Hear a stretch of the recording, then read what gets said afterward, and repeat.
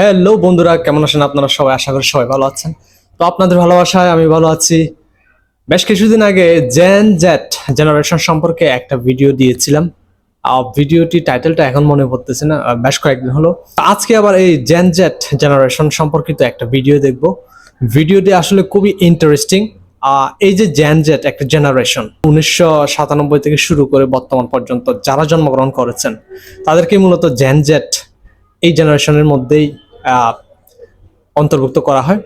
এই gen Z জেনারেশনটা আসলে খুবই আপডেট একটা জেনারেশন। ওরা অনেক কিছু করে দেখাচ্ছে আমাদেরকে, রাজনৈতিক সংস্কার থেকে শুরু করে পুরো পরিবেশ সংস্কার করে দেখাচ্ছে। বিষয়টা আসলে খুবই পজিটিভ, খুবই দারুণ লাগে চিন্তা করলে যে এই ধরনের একটা জেনারেশন আছে যারা আসলে বাস্তবিক ডিসিশনগুলো খুব সহজে নিতে পারে। তো চলুন ভিডিওটি চলে যায়, দেখি জেন জেড সম্পর্কিত এই ভিডিওটি। Let's go.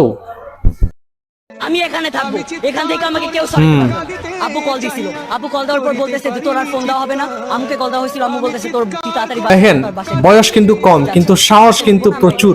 রাতে আজকে বাইরে থাকবো 2-3 দিন, তুমি চেষ্টা করো না। যতদিন না বিজয় হইতেছে, আমার আজকে ভাইরা কোটার জন্য সুইসাইড করতেছে, আমার ভাইরা চাকরি পাইতেছে না, সুইসাইড করতেছে। এগুলো কিন্তু মুখস্থ বলতেছে না, ও মন থেকে বলতেছে। চিন্তা করেন কি পরিমাণ সাহস। জেনারেশন জেড কেন এত বিপজ্জনক? জেনারেশন জেড হঠাৎ কেন এত ক্ষেপে উঠলো? বন্ধুরা, বর্তমানে জেনারেশন জেড নিয়ে অনেক কথা চলছে এবং অনেকে জানতে চেয়েছেন জেনারেশন জেড কি। ভাই ওই যে কালকে আপনারা বলেছে ভাই ভাই শুট করেন এটা ক্লিপ নেই, এটা কেমন ভিডিও, ওরা কারা? ওরা কি আমাদের বন্ধু? ওরা কি আমাদের বন্ধু? সরকারের গোলাম, সরকারি গোলাম। ওরা পাঁচাটলে মানে চরম লেভেলের সাহসী।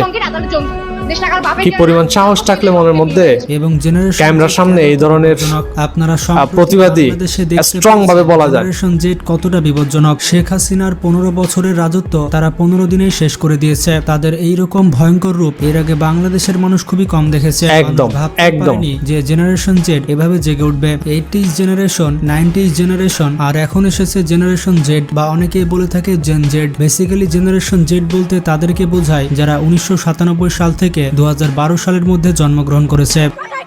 আচ্ছা, আমি 2024 সাল বলছিলাম, 2012 সাল পর্যন্ত।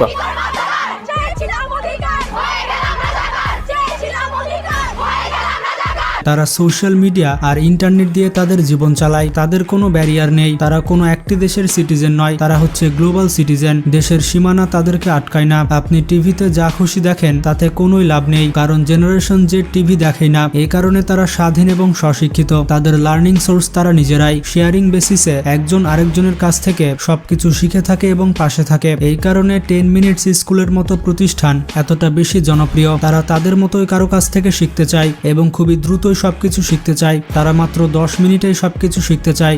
এই যে দেশের আইটি সেক্টর নিয়ে আমরা এত বেশি বড়াই করি, এই সেক্টরের লাইফলাইন কারা? এই জেনারেশন জেডি হচ্ছে এই সেক্টরের লাইফলাইন।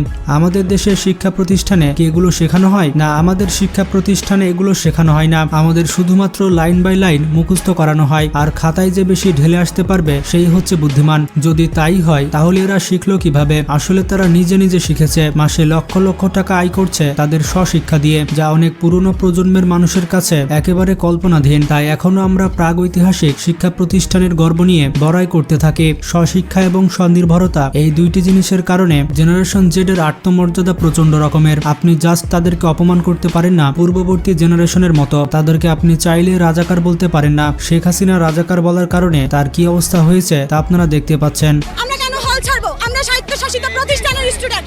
সরকার এখানে নাক গলাইতেই পারে না। They have no right. বাঘে মাঠে নামাইয়েন না, শান্ত হিংস্র বাঘিনী বাঘকে মাঠে নামাইয়েন না। এগুলো তো যুবক। আমরা তো অযৌক্তিক কোনো দাবি নিয়ে এখানে আসিনি। আমরা বলি না কোটা বাতিল করেন, আমরা বলছি সংস্কার করেন। আমরা মেরে বের হবো, লাশ হয়ে বের হবো ওখান থেকে।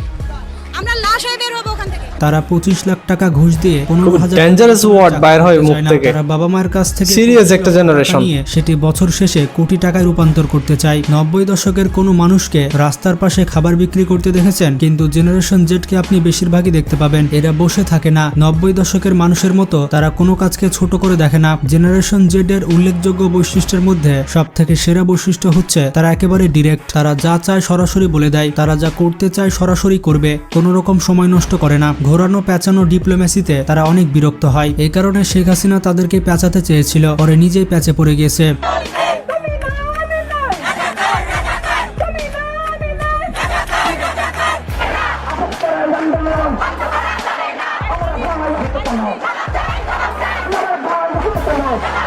এবং যেহেতু তারা পৃথিবীর সবকিছুরই কম বেশি জ্ঞান রাখে তথা মিনিটে মিনিটে গুগল করে তারা ভালো মতোই বোঝে কোনটা মূলা ঝুলানো আর কোনটা আন্তরিকতা। এদেরকে সহজে আপনি ভূগোল পড়াতে পারবেন না। এর একটি উদাহরণ দেওয়া যাক, ডক্টর মোহাম্মদ জাফর ইকবালের মতো মানুষকে পুরোপুরি মিশিয়ে দিতে তাদের একদিনও সময় লাগেনি। জাফর ইকবালের মতো এইরকম পতন বাংলাদেশের ইতিহাসে খুবই কম ঘটেছে। এর কারণ হচ্ছে জাফর ইকবাল ডিরেক্ট না, সে স্ট্রেট ফরওয়ার্ড কোনো কিছু করে না। তার ভুলকে ভুল এবং ঠিককে ঠিক বলার মতো সাহস ছিল না। সে সারা জীবন শুধু চেটেই গিয়েছে, যার কারণে বুদ্ধিজীবী থেকে তার বুদ্ধি প্রতিবন্ধী হতে বেশি দেরি লাগেনি। জেনারেশন জেড এর ডিসিশন মেকিং খুবই ফাস্ট, একেবারে বুলেট ট্রেন। মনে করুন অফিসের বস তাকে পাত্তা দিচ্ছে না কিংবা তার চাহিদা মেটাচ্ছে না, এই অবস্থায় তারা ওই বসের থেকে তার উপরের বসের কাছে চলে যাবে এবং তার দাবি রাখবে। এটা করবে ইমেলের মাধ্যমে কিংবা লিঙ্কডইনের মাধ্যমে। এরপরেও না পোষালে সে চাকরি ছেড়ে দিবে। তারা ইউটিউব, নেটফ্লিক্স কিংবা ফেসবুকে ভিডিও দেখে 1.5x এর গতিতে, তারা স্বাভাবিকের থেকে বেশি গতিতে সবকিছু চায়। জেনারেশন জেড স্লো কোনো কিছুই পছন্দ করে না। মোটামুটি সকল বড় গবেষণায় দেখা গেছে যে অনলাইনে মাত্র 7 সেকেন্ড তাদের অ্যাটেনশন টাইম। মাত্র 7 সেকেন্ডের মধ্যে তাদের অ্যাটেনশন করতে পারলে ভিডিও দেখবে,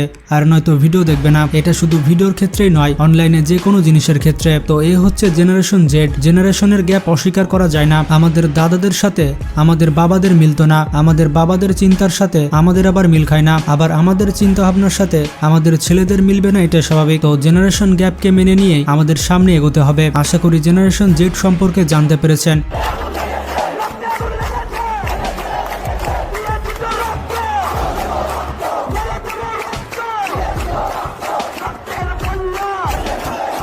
ডাইরেক্ট কুড়াল নিয়ে ঘুরতেছে রাজপথে, এত সাহস। ভিডিওটি ভালো লাগলে একটি লাইক দিতে পারেন আর জেনারেশন জেড এর কাছে শেয়ার করতে পারেন। আশা করছি জেনারেশন জেড এর দৃষ্টি আকর্ষণ করতে পেরেছি, তাই জেনারেশন জেড এর কাছে রিকোয়েস্ট থাকবে চ্যানেলটি সাবস্ক্রাইব করার। তো ভালো থাকবেন, নিজের খেয়াল রাখবেন আর এইভাবেই দেশকে বাঁচাবেন। খুবই ভয়ঙ্কর এবং অ্যাক্টিভ জেনারেশন, জেনারেশন জেড। এই টার্মটা আসলে কোত্থেকে শুরু হয়েছে জানি না। ভিডিও দেখতে দেখতে হঠাৎ করে এই টাইপের ভিডিওগুলো আমার চোখে সামনে আসছে। জেনারেশন জেড নামে একটা জেনারেশন বর্তমানে অ্যাক্টিভ আছে, যে জেনারেশনটা আসলে খুবই আপডেট। এরা বাস্তবতার নিরিখে ডিসিশন নিতে খুবই এক্সপার্ট, খুবই ফাস্ট এরা ডিসিশন নিতে পারে, আর আসলে খুবই স্ট্রেট ফরওয়ার্ড কথাবার্তা বলে। তো 2012 সাল থেকে, মানে 1997 থেকে 2012 সাল পর্যন্ত এই সময় তাদের যারা জন্মগ্রহণ করেছেন তাদেরকে জেনারেশন জেড হিসেবে এখানে দেখানো হয়েছে। সুন্দর একটি টার্ম জেনারেশন জেড। আসলে শুধু বাংলাদেশে না, বিশ্বে এখন এই জেনারেশনটা সত্যি চমৎকার কাজ করে যাচ্ছে। শুভকামনা ওদের জন্য, সাপোর্ট থাকবে ওদের জন্য সব সময়, সবখানে।